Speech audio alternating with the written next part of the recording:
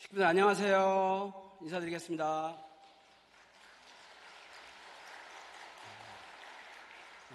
말씀에 하기 앞서서 우리 참 어머님 말씀 1912년 원답 말씀 훈독 같이 하고 말씀 시작하도록 하겠습니다.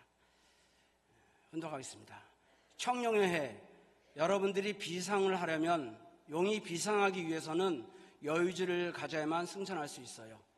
탕감복귀 구원 섭리의 역사의 중심은 초림 독생녀 참 어머니입니다. 다시 말해서 여러분들이 책임지고 있는 기관이나 교회나 모든 면에서 청룡의 해 승천할 수 있는 기상을 가지려면 절대적으로 독생녀 참 어머니와 하나 되는 길만이 승리가 있습니다. 아주 언제나 더울 것이라고 생각을 했는데 시원한 바람이 부는 가을이 왔습니다. 우리가 원해서 오는 것도 아니지만 항상 자연은 변화가 되고 있습니다.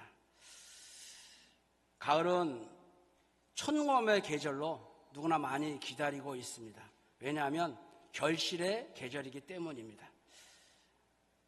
결실의 계절은 우리의 마음들을 풍족하게 하죠. 마음이 넉넉해지고 여유가 생깁니다.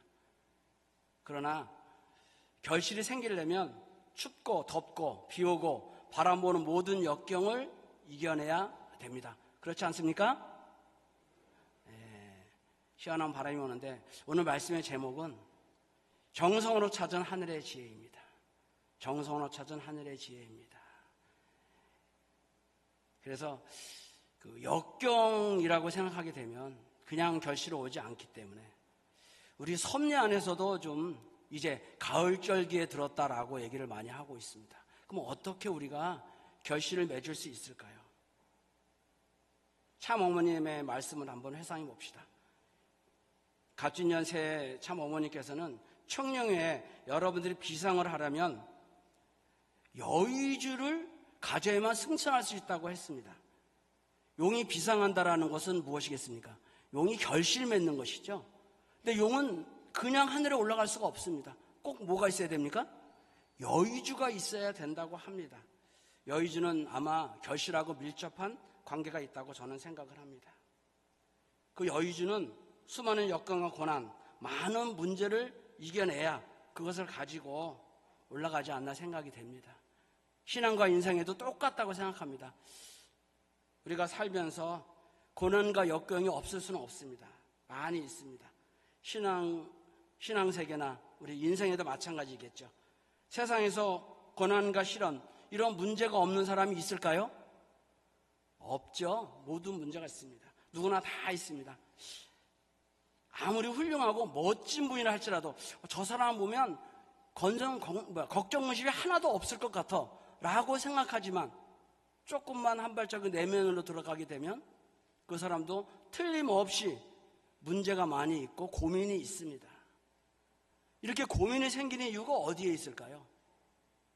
고민이 좀 없으면 참 좋은데 문제 없이 편안하게 잘 살아가면 얼마나 좋겠습니까만 늘 우리에게는 작은 문제부터 큰 문제까지 항상 문제가 우리 주변에 많이 있습니다. 그 문제들을 이겨나가야지만이 결실을 맺을 수 있습니다. 그 문제는 어디서부터 출발했을까요? 아마 식구님도 잘 알고 있을 것입니다. 첫 번째는 아담과가 타락 때문에 그렇겠죠. 타락이 없었더라면 고민도 없고 아마 평온한 행복한 그런 삶을 잘 살았을 것입니다. 그렇지만 타락이 없다 하더라도 우리에게는 성장 과정이라는 그런 또 우리의 책임이 남아 있습니다. 성장 과정이라는 말은 무엇이겠습니까? 육신적으로 얘기하면 근육통입니다. 근육을 만들어지기 위해서는 운동하게 되면 과거의 근육세포가 없어지고 새로운 근육세포가 생겨난대요. 저는 깜짝 놀랐어요. 지금에 있는 것이 더 좋아지는 것이 아니라 뱀이 허물을 벗듯이 곤충이 거듭나잖아요. 허물을 벗잖아요. 허물 벗듯이 기존의 것을 다 없애버리고 새로운 것이 생성된대요. 근육도 마찬가지라 그러더라고요. 더 붙이는 것이 아니라 더 바뀌어진다라고 얘기하더라고요. 그래서 성장 과정에 성장통이 있을 수밖에 없다라고 합니다. 왜? 기존에 있는 근육으로서는 우리에게 원하는 나에게 그러한 건강함이나 이런 것을 주지 못하기 때문입니다. 바뀌어져야 된다고 얘기합니다. 그러기 위해서는 피치 못하게 우리에게 문제가 있고 어려움이 있고 힘든 일이 있습니다. 이 문제를 어떻게 하면 우리가 이겨낼 수 있을까요? 사실 이 문제는 에덴 동산에서부터 시작됐습니다. 천사력으로 지음받은 뱀은, 그렇죠? 아담과 하와를 시기하고 질투하다가 도발을 감행했습니다. 언제 도발했을까요? 하나님께서는 아담과 하와가 타락을 방지하기 위해서 계명을 주셨죠. 선악과를 절대 따먹지 말아라 라고 말씀했습니다. 동산 중앙에 있는 나무 열매는 따먹어서 안 된다라고 얘기를 했습니다. 그런데 사탄은 여기다가 한 단계 더 붙이죠. 야, 모든 나무를 따먹지 말라고 했느냐? 말 됩니까? 안 됩니까? 말 되죠? 참말이야. 그럴 때 아담과 하와는 딱 자기를 방어했습니다. 아니야. 모든 나무는 따먹을 수 있으나, 모든 열매를 따먹을 수 있으나 선하게 알게는 나무 열매는 따먹어서는 안 된다. 먹으면 죽으라 그랬어. 그 얘기는 뭐냐 하면 뱀이 1차의 공격에 하와가 잘 막아낸 것입니다. 우리는 처음에는 어려움이 오면은요, 나름대로 우리의 신앙의 근육이 있어서, 마음의 근육이 좀 있지 않습니까? 내가 신앙생활하기 몇 년인데, 교회 온 게 몇 년인데, 그 정도는 우리도 할 수 있습니다. 우리 자녀들도 가능합니다. 그 정도는 할 수 있어요. 근데 항상 문제는 뭐예요? 사탄은 한 번에서 끝나지 않더라고요. 두 번 더 2차 공격합니다. 어떻게 공격합니까? 너 선악과를 따먹으면 하나님처럼 돼. 너 하나님처럼 되고 싶지? 여러분은 하나님처럼 되고 싶습니까? 안 싶습니까? 저도 하나님처럼 되고 싶어요. 저도 대통령이 되고 싶고요. 뭐 이렇게 하여튼 뭐 그런 재력가가 되고 싶고 이런 많은 것들이 있습니다. 아담과 하와도 아직은 성장되지 않았기 때문에 성장 과정 가운데 있었으니까 어떤 사람이 되고 싶었을까요? 자기보다 멋있는 존재, 하나님이나 아마 천사장처럼 되고 싶었다는 욕망이 있었을 거예요. 나 더 훌륭한 사람이 되고 싶다, 더 멋있는 사람이 되고 싶다, 있었을 겁니다. 그런데 거기에 딱 들어오는 거죠. 야, 하나님처럼 되게 해줄게, 내가 시킨 대로 하면. 여기서 아담과 하와는 흔들렸습니다. 하나님처럼 될 수 있다는 말에 흔들렸습니다. 원하는 것을 얻을 수 있다니 귀가 쏠깃해졌습니다. 유혹이 시작되면서 아쉽게도 해와는 사탄에게 넘어가 버리고 말았습니다. 이게 우리의 현실입니다. 어떻게 하면 이 문제를 해결할 수 있을까요? 기존의 것 가지고는 이게 조금 쉽지 않아요. 한 단계 더 업그레이드가 돼야 됩니다. 그래서 저는 이런 생각을 해봤습니다. 우리가 요즘 최근에 정성 들이면서 목표를 향해서 질주하는 것이 뭡니까? 천일 성전에 관해서 우리가 마음을 이렇게 모으고 이렇게 정성을 들이고 있습니다. 그래서 천일 성전 상냥식에 했던 말씀을 한번 생각해 봤습니다. 앞에 나와 있죠? 분석하겠습니다. 천일 성전의 완공되는 때가 하물 부모님께서 꿈꾸던 지상에 참부모와 함께 안착하는 때임을 알아야 됩니다. 이 나라의 유정자는 물론이요, 세계의 모든 나라의 책임자들이 오늘의 세계에서 벌어지는 모든 남 문제를 해결하기 위해서는 이곳에 와서 무릎을 꿇고 하늘의 긍휼과 지혜와 축복을 받아야 할 줄 알고 있습니다. 나는 이민족 앞에 강하게 요구합니다. 하늘의 축복을 받을 수 있는 이민족과 이 나라의 백성이 되어야 합니다. 말씀의 핵심이 어디에 있나요? 말씀의 핵심은 오늘날 세계에서 모든 남 문제가 발생하고 있다고 합니다. 기후 문제, 전쟁 문제, 갈등 문제, 서로가 앞뒤가 안 맞는 문제, 모든 많은 문제들이 있어. 동서남북 할 것 없이 무슨 많은 문제가 있습니다. 그러니까 이 문제가 어떻게 해결돼야 된다고 생각합니까? 지혜의 축복을 받아야지만 해결되어질 수 있다. 그냥 우리가 모여가지고 회의한다고 되어오는 것은 아니라고 참 어머니께서는 말씀하십니다. 천일 성전이 완공이 되면 여기서부터 하늘의 지혜가 출발해서 여기서부터 문제가 풀어갈 것이다. 하늘의 지혜가 올 때 여기서 풀어갈 것이다. 아마도 뱀이 꼬였을 때 하와가 이런 하늘의 지혜를 알았더라면 어떻게 됐을까요? 뱀을 발로 뻥 찼겠죠. 하나님께서 따먹지 말라 그랬어. 뻥 찼으면 지금과 같은 어려운 일은 하나도 벌어지지 않았을 것입니다. 그렇게 생각해 보면 아담과 하와에게 부족한 것은 하늘의 지혜였습니다. 그래서 참 어머니께서도 지혜의 축복을 받으라고 했다는 얘기는 지혜를 배우라는 얘기죠. 지혜의 도움을 얻으라는 얘기입니다. 그럼 어떻게 해야 우리가 지혜를 우리가 가질 수 있고 배울 수 있겠습니까? 지혜하면 생각나는 사람이 누구죠? 솔로몬이죠. 지혜의 왕은 솔로몬입니다. 그래서 솔로몬이 처음부터 지혜를 갖고 있었던 것은 아닙니다. 자, 그럼 솔로몬이 어떻게 지혜를 가졌는지를 우리가 잘 배우면 부모님께서 우리에게 이러한 것을 우리에게 요구하시는 거구나. 원리의 길은 똑같습니다. 그래서 우리가 솔로몬의 교훈을 배우면서 그 참부모님의, 참어머님의 그런 말씀을 우리가 믿고 실천한다면 우리에게도 똑같은 하늘의 역사가 일어날 것이라 생각합니다. 감사합니다. 솔로몬의 지혜되는 과정을 한번 우리가 알아보도록 하겠습니다. 솔로몬은요, 잠언서를 썼습니다. 구약의 한 중심에 딱 있는데요. 잠언서 4장 3절에 이렇게 말씀하십니다. 나도 내 아버지에게 아들이었으며, 솔로몬은 하늘에서 뚝 떨어진 사람이 아니네요. 우리가 그런 생각 많이 합니다. 위대한 사람은 아버지도 없을 것이다. 아니죠. 얘기합니다. 나도 아버지의 아들이었다. 아버지에게 아들이었다. 내 어머니 보기에 유약한 외아들이었노라.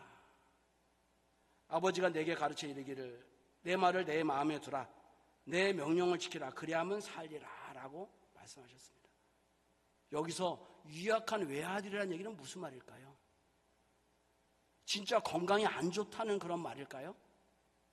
아니겠죠. 유약한 아들이라는 얘기는 몸이 아프다는 뜻이 아니라 상처가 많았다라는 의미겠죠. 살아가면서 어렸을 때 어려움이 많았다라는 거예요. 굴곡이 있었다는 얘기죠. 올라갔다 내려갔다 올라갔다 내려갔다. 우리 식구님들하고 똑같습니다. 어떻게 솔로몬 왕인데 지혜의 대왕인데 그 사람이 고민이 있었다고요? 상처가 있었다고요? 이거 믿기 어렵습니다. 그러나 본인 스스로가 고백을 하는 겁니다. 나는 어머니 보시기에 정말 약한 아들이었다라는 겁니다. 약한 외아들이었다. 그 얘기를 합니다. 왜 그분은 어머니 보시기에 약한 외아들일까요? 상처가 많았던 이유는 뭘까요? 시련이 많았다는 얘기겠죠. 그거는 저는 그런 생각합니다. 아마도 그 부모님의 러브스토리하고 관계된 건 아닐까. 우리는 부모로부터의 삶을 떨어낼 수 없습니다. 솔로몬의 아버지는 누구입니까? 솔로몬의 아버지는 다윗이고요. 부인은 누구죠? 밧세바라는 여인입니다. 밧세바는 섭리적으로 보면 준비될 수밖에 없었습니다. 참 이게 어렵습니다. 준비됐다는 말이 그게 어렵습니다. 왜냐하면 다윗이 밧세바를 얻는 과정을 보면요. 어떻게 됐습니까? 가만히 이렇게 집에 있는데 왕궁에 있었어요. 너무 심심한 거예요. 너무 심심한데 밖을 딱 쳐다보니까 창문을 보니까 누가 있어요? 어떤 아리따운 여인이 목욕을 하고 있는 거예요. 그 여인이 누굽니까? 그게 밧세바예요. 야, 그 여인 데리고 와라. 그래가지고 부인을 삼은 겁니다. 남편이 있었습니다. 남편은 우리야라고 장수였어요. 그 남편은 어떻게 하면 좋겠어요? 남편이 있는 여인을 취할 수는 없잖아요. 남편은 전쟁에 나가서 죽여버렸어요. 누가? 다윗이 그 나쁜 일을 한 거예요, 정말로. 자, 그렇게 생각해 보면 이게 우연입니까? 필연입니까? 우연이라고 생각할 수 있잖아요. 근데 원리 말씀에 아버님의 말씀을 보면 밧세바는 어떤 여인입니까? 이거는 아담, 해와를 탕감복귀하는 여인의 한 사람입니다. 그래서 예수님의 족보 가운데 기록됩니다. 하늘의 새로운 섭리를 이어가기 위해서는, 그렇죠? 하늘에 있는 여인을 빼앗아 가서 해와를 타락신 것처럼 거꾸로 반대 복귀니까 사탄의 여인을 빼앗아 다시 오는 그런 역사를 하는 것입니다. 이거 생각해 보면, 야, 이게 필연적인 것인가? 이게 우연적인 것인가? 이게 어렵습니다. 세상에서 보면 이거는 우연인데 섭리적으로 보면 필연적인 것입니다. 앞뒤가 좀 헷갈리는 그런 입장에 있습니다. 하여간 간에 이렇게 이렇게 해서 출발된 가정이기 때문에 얼마나 솔로몬이 어려움이 있었겠습니까? 더더군다나 첫 번째 아들은 하나님이 벌로 죽여버렸습니다. 그래가지고 여기에 나단 선지자가 등장을 하죠. 나단 선지자가 말을 잘 해가지고 다윗을 설득시킵니다. 그래서 다윗이 참 대단한 왕이 자기를 회개합니다. 회개해서 밧세바를 다시 여인으로 받아들이죠. 하여튼 이런 우여곡절 가운데 있었습니다. 그러니까 어떻게 보면 정상적인 부모의 사랑은 아니었습니다. 그러니까 그러한 관계 가운데 태어난 아들이 솔로몬이었으니까 어떻게 됐겠습니까? 잘 성장했겠습니까? 많은 어려움이 있었겠죠. 그거를 얘기하는 것이 아마 이게 나는 유약한 외아들이었다 라는 한마디로 표현될 수 있다고 생각을 합니다. 그런데 이런 많은 것들을, 그런 어려움들을 어떻게 이겨나갔습니까? 여기에 4장 4절에 보면 말씀을 지켜라 라고 했던 게 있어요. 다윗이 이 솔로몬한테 항상 얘기했던 게 뭐냐? 하나님의 법도를 지키는 것이 뭐예요? 너의 성장의 가장 큰 복이다 라고 말씀하십니다. 그래야 하면 네가 살겠다. 네가 살아가는데 가장 중요한 거는 말씀을 지키고 살아가는 거다. 그래서 어렵고 힘들었지만 그 말씀을 지키라는 지혜 가운데 솔로몬이 잘 성장할 수 있었다라고 본인은 이렇게 간증을 합니다. 그래서 절망의 상황에서 지혜가 자신을 일으켜 세웠다는 신앙의 경험을 잠언서 가운데 잘 이렇게 기록해 놨습니다. 자, 그러면 솔로몬의 아버지 다윗은 어떤 존재일까요? 뭐 잘 알고 계시겠지만 다시 한번 있는 기억을 한번 우리가 되살려 보겠습니다. 다윗은 너무나 유명한 사람이죠. 14살 때, 소년이었을 때 누구를 무찔릅니까? 여기 나오죠. 골리앗 장수를 무찔른 사람이에요. 골리앗은 표현된 게 키가 2m 14예요. 소년은 14살이니까 키가 몇이겠습니까? 뭐 해봐야 뭐 1m 20도 안 됐겠죠. 근데 그 사람하고 이 골리앗 싸워서 누가 이겼습니까? 모든 사람이 졌다라고 했을 때 다윗은 이 골리앗을 거꾸로 튀었습니다. 이게 유명한 성세 이야기 아닙니까? 그러니까 소년 영웅이에요. 그래가지고 그 상으로 우리 사울 왕의 딸을 갖다가 또 부인으로 얻었습니다. 이게 첫 번째 부인입니다. 하여튼 그렇게 다윗은 소년 영웅으로 출발했습니다.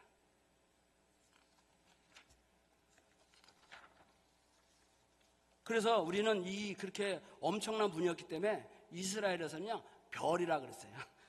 이스라엘의 별이 누굽니까? 나라를 상징하는 것도 있지만 구체적으로 다윗의 별이다. 여러분, 다윗의 별은요 오각형의 별이 아닙니다. 이거는 육각형입니다. 삼각형을 두 개 거꾸로 해놓은 겁니다. 우리가 쓰는 좀 이 별 있잖아요. 그 별하고 다릅니다. 잘 이해해야 됩니다.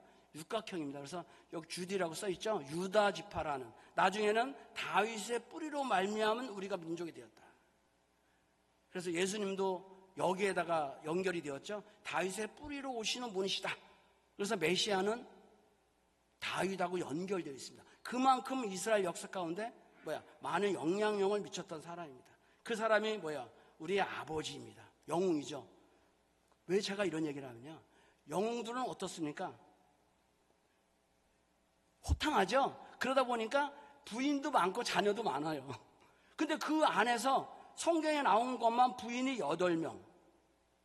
뭐 미칼, 여기 나오죠? 쭉 나오죠. 미칼, 아노비아, 아비가일. 이거 중요한 거는 여기서 딱 3명입니다. 미칼하고요. 미갈이죠. 아비가일하고 그 다음에 밧세바입니다. 이 3명 정도는 알아두시면 좀 도움이 됩니다. 하여튼 이렇게 많아요. 자녀도 무지하게 많아요. 자녀는 21명이 성서에 이름 가운데 기록되어 있습니다.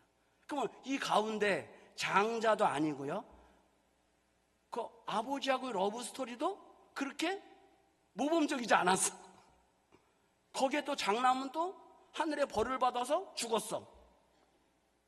그렇게 생각해 본다면 거기에 솔로몬이 왕이 된다는 건 쉽습니까? 어렵습니까? 이거 장난 아닙니다. 왕이 별볼일 없는 왕이면 괜찮을 텐데 또 이스라엘의 최고의 왕이었었어요. 이거 쉽지 않습니다. 여기서 우리 식구님들에게 질문 하나 하겠습니다. 뭐냐 하면요, 솔로몬은 지혜의 왕이라 그랬잖아요. 지혜를 어디서 얻었을까요? 왕 되기 전에 얻었을까요? 왕 되고 나서 얻었을까요? 한번 여러분, 자, 손. 왕 되기 전에 했다고 생각하면 1. 그냥 있으면 심심하지 않습니까? 아까 인사됐는데. 손가락 한번 이렇게 들어보세요. 손가락. 자, 왕 되기 전에 지혜를 얻었다고 생각하는 사람은 1을 하면, 주목을 할까요? 주목을 하고요. 보기 쉽게. 왕 되고 나서 얻었다고 생각하는 사람은 손바닥을 피십시오. 자, 그러면 한번 하겠습니다. 하나, 둘, 셋. 다 이게, 저한테 진 사람 있죠? 이 주목은 진 겁니다, 저한테. 정답이 뭡니까? 정답은 보재기예요. 진 사람들 있죠? 왜 주먹인지 보재기인지 이해되겠죠? 제가 이기려고. 근데 우리 여기 천수교회 식구님들의 수준이 되게 높아. 90%가 다 보재기 냈어. 원래 이게 거꾸로 돼야지 되거든요. 한 10%만 맞히고 90%가 틀려야 뭐 상금도 주고 뭐 이렇게 할 텐데 너무 많은 사람이 맞히면 어떻게 돼요? 이게 상금이 없어요. 아이고 죄송합니다. 이번에 로또 복권이 당첨됐는데 몇 명이요? 60 몇 명이 당첨됐대. 너무 많은 겁니다. 그래서 사실은 뭐 그거 그렇고요. 하여간 간에 솔로몬은 왕이 될 때 지혜를 받은 것이 아니고요. 왕이 되고 나서 받았습니다. 여러분이 잘 알다시피.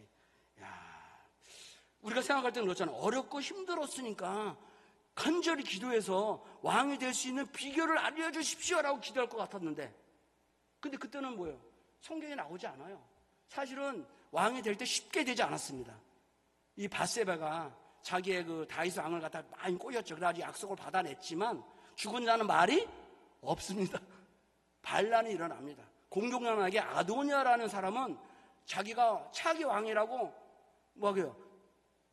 대신들 앞에서 공언하고 다녔어요. 그런 내용들이 성서에 다 기록되어 있습니다. 왕이 되고 나서도 솔로몬 왕을 갖다가 인정해주지 않아가지고 반란이 일어납니다. 그래가지고 안타깝게도 거기도 무자비하게 진압할 수밖에 없는 그런 일도 벌어집니다. 하여튼 그렇게 해서 우여곡절 끝에 솔로몬은 왕의 자리에 올랐어요. 그러니까 그때까지만 해도 지혜라는 것은, 하나님에게 지혜라는 것은 나오지 않았습니다. 근데 여기서 왕이 딱 되고 나니까 목표를 달성했잖아요. 달성했으니까 이게 뭐예요? 거기서부터 문제가 생긴 거예요. 왕이 딱 됐으면 자기의 권위를 누리면 되지 않습니까? 우리는 항상 그렇습니다. 대통령이 되거나 수장이 되면 권위를 누린다는 생각을 먼저 하는 것 같아요. 그런데 이 솔로몬은 다른 사람이었습니다. 자기의 권한을 누리는 것이 아니라 본래 자기의 임무를 생각한 거예요. 왕이라는 임무는 어떤 임무입니까? 백성들을 잘 다스리는 임무입니다. 근데 아무리 생각해봐도 백성들을 잘 다스릴 자격이 없는 거예요. 왜? 방법이 안 떠오르는 거예요. 잘 다스리려면 그냥 있으면 되는 줄 알았는데 그게 아닌 거예요. 그래서 어느 게 선인지 어느 게 악인지, 이 왕이 되잖아요. 많은 사람들이 옵니다. 이것도 좋고 저것도 좋고. 그러면 이게 옥석을 가려야 되잖아요. 이 사람이 좋은 사람인지 저 사람이 좋은 사람인지. 아니 내가 갖고 있는 예산은, 투자하는 예산은 한 1억밖에 없는데 10명이 와가지고 다 얘기하면은 10억 있어도 모자르거든요. 그러려면 옥석을 가려야 되는데 옥석을 가릴 자신이 있습니까 없습니까? 솔로몬한테는 없었다는 거예요. 공평한, 하나님은 공평한 분인데 재판하기가 너무나 어렵다. 그래서 솔로몬은 어떻게 하라는 질문을 가졌습니다. 재판에서 선과 악을 어떻게 판단할 것인가 자신이 없었어요. 그래서 우리가 솔로몬의 위대한 것이 뭐냐면, 첫 번째, 부족한 자신을 어떻게 돼요? 잘 알고 있는 왕이었다라는 얘기입니다. 여러분, 신앙의 출발점은 내가 죄인임을 고백하는 겁니다. 우리가 신앙에 와서 자리를 올라가려고 하는 거 아니잖아요. 교회 와서 여러분 승진하기를 바라서 교회 왔습니까? 아니잖아요. 좀 더 나의 죄를 좀 떨어버리고 하늘 앞에 은혜 받기 위해서 오신 거잖아요. 그렇다면 우리가 해야 될 첫 번째는 뭘까요?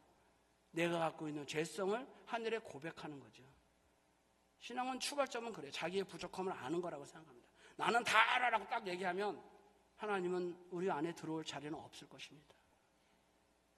솔로몬은 자기가 왕이 됐음에도 불구하고 본인의 부족한 것을 누구한테? 하나님한테 솔직하게 다 얘기했어. 나는 하늘 앞에 어리석고 무식한 자입니다. 하늘 앞에 겸손했습니다. 예수님도 죄인이고 병자라고 할 때 은혜가 크다라고 말씀하셨거든요. 정말 부족한 걸 알았던 사람이에요. 자, 그렇다면 부족한 걸 채워야 되지 않겠습니까? 어떻게 하면 채울까요? 이제 알았어요. 내가 나는 이제 뭐 수학 실력이 부족해, 뭐 돈도 없어, 뭐도 없어, 뭐 일을 하고 싶은데 뭐가 없어, 부족해. 그러면 채워야 되지 않겠습니까? 그러면 내가 잘 부족하니까 내가 왕이잖아요. 유능한 사람을 좀 모아야 되겠다. 머리 좋은 사람 데리고 와야 되겠다. 그럴 수도 있겠죠. 왕이니까 이렇게 해야 되잖아요. 근데 솔로몬은 그러지 않았습니다. 어떻게 했습니까? 통치한 대신자를 세우지 않고 정성을 들였다라는 얘기입니다. 이게 참 중요한 얘기입니다. 부족하고 어려울 때 솔로몬은 정성을 들였습니다. 여러분, 언제 정성이 시작합니까? 해다가 안 될 때이죠. 더 지혜로운 사람은요, 일단 정성 들이고 보는 겁니다. 그러면 하늘이 좀 이렇게 응답하지 않겠습니까? 다 해본 다음에 안 되니까 정성 들이는 것보다 일단 기도하고 시작하면 하늘이 역사하지 않겠습니까? 어떻게 됐는지 모르지만 솔로몬은 정성을 들였습니다. 1000번제를 드렸다라고 얘기합니다. 야, 1000번제가 뭐 매일 드려가지고 1000일이 됐는지 한 번에 1000마리의 번제를 드렸는지는 성서는 이렇게 잘 나오지 않더라고요. 그런데 1000번제를 드렸다는 말은 맞습니다. 그 얘기는 최선을 다해서 드렸다는 얘기겠죠. 근데 우리가 성경을 공부하다 보면 성경에서 묘사하는 묘사법이 있어요. 보통 이제 가정을 이야기할 때는 10단위로 많이 얘기합니다. 10, 20, 30, 40 이렇게죠. 그러나 민족을 얘기할 때는 100단위로 얘기 많이 해요. 100년, 200년. 그래서 탕감복귀할 때도 400년. 그 다음에 1000단을 얘기할 때는요, 나라를 넘어서는 세계를 염두에 두더라고요. 그래서 1000번제라는 얘기는 나라를 넘어서는 지혜를 갈구했구나. 그런 것들이 은연중에 내포되어 있습니다. 예수님이 십자가에 돌아가시고 나서 몇 년 지났습니까? 4000년이, 2000년이 지나잖아요. 아담이 2000, 왜? 메시아급이니까. 1000년이라는 것은 세계를 이야기하는 하나의 성서의 새로운 메시지고 뭐 표현 방법입니다. 하여간 1000번 최선을 다해서 드렸죠. 야, 그러니까 아마 솔로몬은 이 정성을 들이면서 이 이스라엘 나라가 주변의 여러 나라도 다스려야 되겠다라고 생각을 했던 것 같아요. 근데 사실 그게 맞았죠. 솔로몬 시대의 많은 나라들이 솔로몬에게 조공을 금과 은을 가져왔어요. 여러분, 말세가 되면 666이 나온다 그러잖아요. 666이 어디서 나왔는지 아세요? 솔로몬 때 처음 666이 나왔어요. 그 옆에 있는 나라들이 조공으로 바쳤던 금 무게가 666달란트예요. 그걸 사탄이 최선을 다해 660달란트를 솔로몬에게 바쳤다는 거예요. 이게 최고의 사치 향락 그런 걸 상징하는 그런 숫자거든요. 이게 사탄 완성수입니다. 6이라는 거는 우리가 알다시피 사탄수 아니에요. 근데 666이니까 소생 장성 완성 아니에요. 그러니까 사탄 완성수가 666입니다. 컴퓨터가 나오고 말세가 나오는데 이 마지막 때에 사탄이 기승을 부린다 뭐 이런 의미가 있습니다. 물건으로 우리를 혼란스럽게 만든다. 그렇죠? 하나님처럼 되고 싶냐? 그런 시대가 다시 오는 것이 어떻게 보면 666의 시대다라고 얘기할 수 있습니다. 하여튼 솔로몬 때 그런 걸 봤습니다. 야, 그렇게 되다 보니까 솔로몬이 어떻게 돼요? 정성을 많이 들였어요. 그래서 정성을 들이는 그 이유에 대해서 성경에 또 자세히 나오고 있습니다. 열왕기상 3장 7절에 보면 이렇게 나옵니다. 안 뜨네요. 네, 제가 읽겠습니다. 나의 여호와 하나님 주께서 주의 종으로 아버지 다윗을 대신하여 왕이 되게 하셨사오니 종은 작은 아이라 출입할 줄을 알지 못하고 왕께서 택하신 백성이 이니이다. 그들은 큰 백성이라 수요가 많아서 셀 수도 없고 기록할 수도 없사오니 누가 이 많은 백성을 재판할 수 있사오리까. 듣는 마음을 종에게 주사 주의 백성을 재판하며 선악을 분별하게 하옵소서. 솔로몬이 이것을 구하며 그 말씀이 주의 마음에 든지라. 주는 뭐야? 되게 왕이 됐어요. 은혜가 넘치죠. 은혜가 넘칩니다. 근데 왕이 되고 나니까 너무나 뭐가 많아요. 내가 생각했던 것보다 더 많은 사람들이 있었고 더 많은 백성들이 있었다는. 야, 나는 요만큼 생각했는데 더 큰. 어떻게 할 수가 없어. 야, 그러니까 저에게 첫 번째 중요한 사실입니다. 듣는 마음을 종에게 주사 선악을 분별하게 하옵소서. 그렇게 기도했더니 하나님이 깜짝 놀랐어요. 고백하면서 정성 드리니까. 왜 깜짝 놀랐을까요? 여기 나오죠. 하나님이 주의 마음에 든지라. 이게 솔로몬이 이것을 구하며 뭘 구했습니까? 자기의 개인적인 사적인 것을 구한 것이 아니라 뭘 구했어요?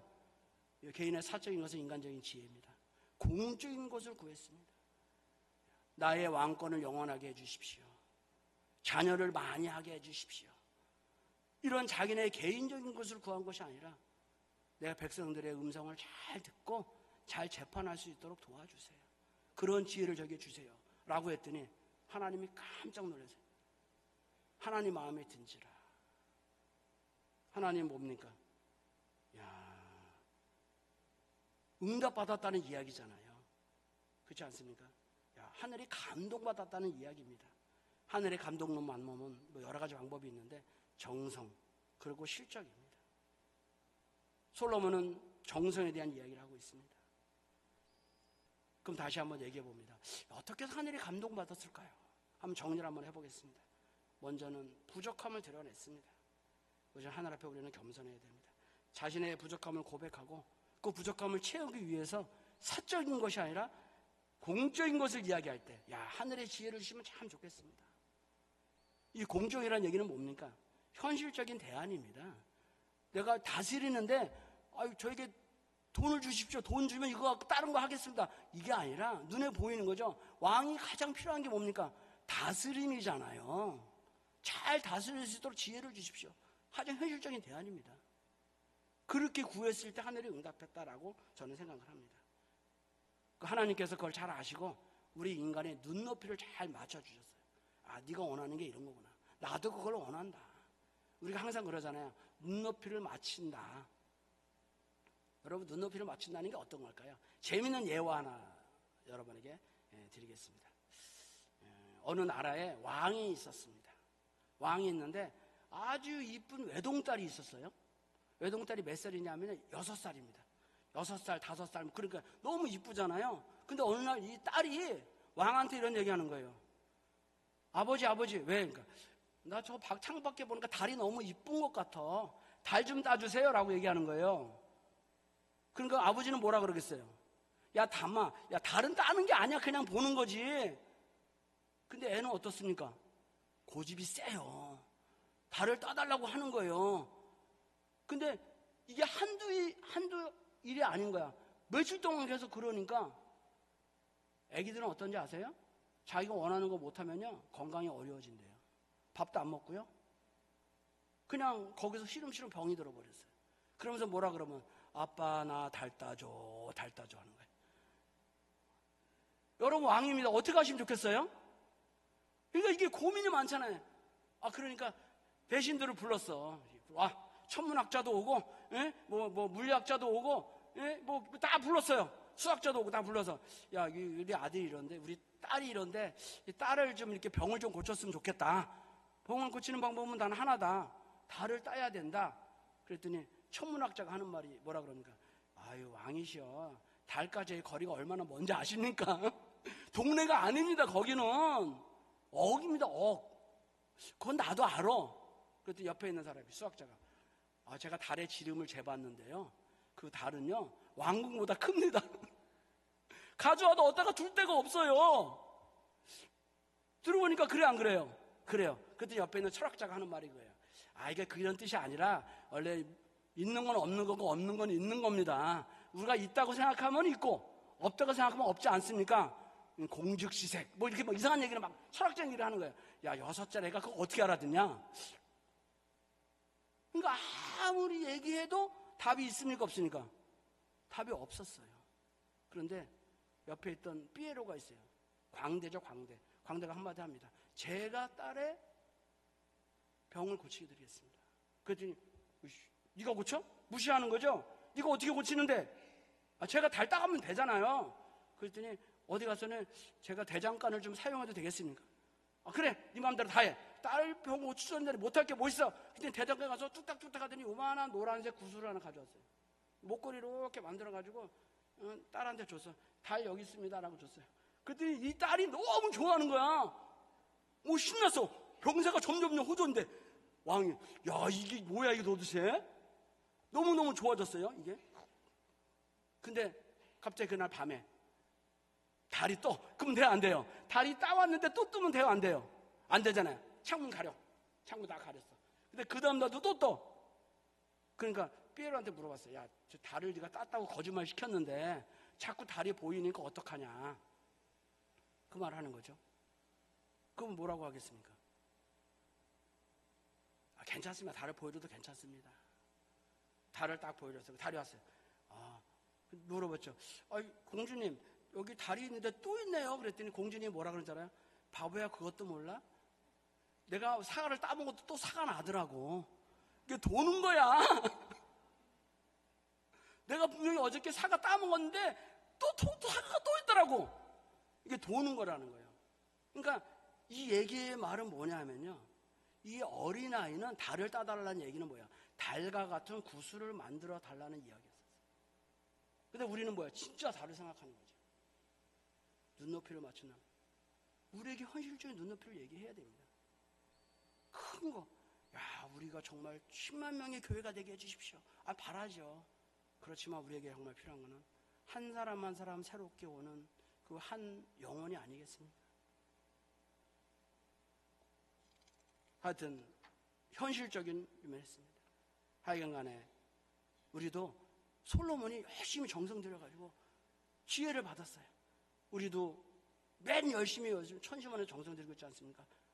그 정성이 멋지 않아 우리의 모든 문제를 해결할 수라 생각합니다. 그렇지 않겠습니까? 아주 안 나오시네.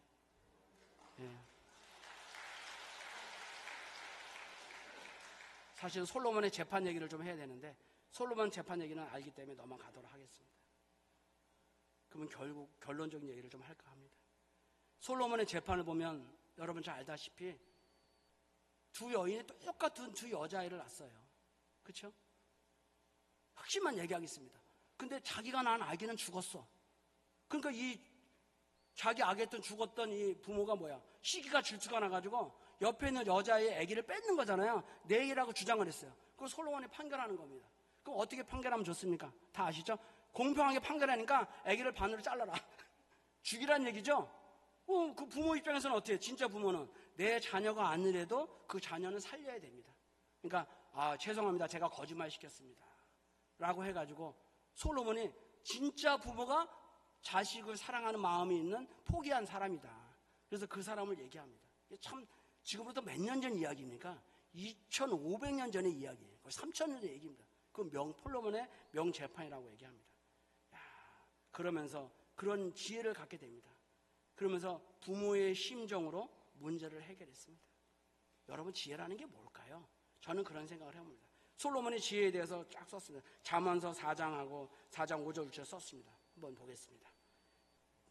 지혜를 얻으며 명철을 얻으라. 내 입의 말을 잊지 말며 어기지 마라. 6절입니다. 지혜를 버리지 말며 그가 너를 보호하시라. 넘겨줘야 되는데 그를 사랑하라. 그가 너를 지키시리라. 잠언서 4장 6절의 이야기입니다. 지혜를 사랑하라 그랬고요. 지혜가 나를 보호해 준다 그랬고 지혜가 나를 지킨다 그랬어요. 지혜가 나를 지킨다는 얘기는 인격적인 거잖아요. 인격적인 건 뭡니까? 지혜가 인격이 있습니까? 지혜는 진리입니다. 진리라면은 여러분 뭐가 생각납니까? 진리의 성령은 참 어머니이십니다. 갑진년 총령회에 참 어머니께서는 여의주를 물어야 한다라고 얘기했습니다. 용에서 여의주는 중요한 핵심으로 그것은 뭘까요? 저는 그것이 하늘의 지혜라고 생각을 합니다. 그렇지 않겠습니까? 지혜의 주인공은 독생녀 실처성심 참 어머님이십니다. 그렇지 않습니까? 천일성경 상냥시가에서 말씀에 남 문제 해결은 천일성전에서 지혜를 받아야 된다고 했습니다. 천일성전에서 지혜를 받아야 된다는 얘기는 뭡니까? 참 어머님과 하나 될 때 온전한 지혜를 가질 수 있습니다. 우리가 참 어머님과 하나 될 때 모든 문제를 해결할 수 있습니다. 우리가 정성을 들이는 이유는 우리 실처성령 참 어머님과 하나 되기 위해서입니다. 그러면 하늘이 응답하지 않겠습니까? 정성을 들이면 하늘의 지혜가 옵니다. 정말로 정성을 들이면 하늘의 지혜가 옵니다. 그 증거가 솔로몬입니다. 솔로몬은 눈에 보이는 금이나 은이나 그런 보화가 준 것이 아니라 하늘의 지혜를 주셔서 문제를 해결하게 하셨습니다. 솔로몬이 구한 것은 세상 것이 아닙니다. 정성으로 움직여서 지혜를 받았습니다. 우리가 항상 현시원에서 기도하고 정성 드립니다. 우리가 정성 들여서 하나가 된다면 솔로몬보다 더 큰 지혜가 우리에게 오지 않겠습니까? 그럼 우리도 우리 안에 있는 모든 산적한 문제들을 우리도 풀어갈 수 있는 내가 될 수 있을 것입니다. 정성으로 정말 솔로몬은 하늘의 지혜를 찾았습니다. 자기가 왕 되기 위해서 찬 것이 아니라 어떻게 하면 내가 정말 이스라엘을 잘 다스릴 수 있을 것입니까? 부모님께서 천일성전을 세우는 것은 이 세상의 모든 남 문제가 해결되기를 바라는 마음일 것입니다. 여기서 우리가 하나 된다면 결과적으로 모든 세상의 문제는 지혜로서 해결될 수 있으라고 저는 믿습니다. 맞습니까? 그런 마음을 가지고 우리가 한 주를 살아간다면 하늘의 지혜가 우리가 함께해서 우리 천순교회도 놀랍도록 성장하는 큰 교회가 될 줄을 믿습니다. 식구님 모두가 하늘의 큰 지혜를 받는 한 주가 되기를 바랍니다. 기도하겠습니다. 사랑과 은혜가 충만하신 하늘 부모님, 존귀하신 천일인 참 부모님, 덕선의 실제성신 참 어머니께서는 용이 승천하기 위해서 여의주를 물어야 한다고 말씀하셨습니다. 여의주는 참 어머님의 지혜입니다. 정성의 기준은 자신을 위한 정성보다 하늘 국가를 위한 정성이 있을 때 하늘이 감동한다고 말씀했사오니 삿대의 마음을 접고 공적인 마음을 가지고 기도하게 하시옵소서. 부모의 심정으로 정성 드릴 때 하늘에 응답받는 기도가 되었사오니 지혜의 주인공으로 오신 참어머니가 하나가 되어서 하늘 지혜를 받아 천일 성전의 섭리를 승리하게 하시옵소서. 그리하여 하늘 부모는 임재하는 천일 성전에 세상의 모든 자들이 입궁하여 참부모의 뜻을 이루는 귀한 자리가 되어줄 수 있도록 인도하여 주시옵소서. 우리 모두가 하나 되어서 그 뜻을 이어가고 정성 들이는 저희들의 한 모습 되기를 바라올 적에 모든 기도를 축복 중이신 가정 주원백 이름으로 보고드리고 아뢰었사옵나이다. 아주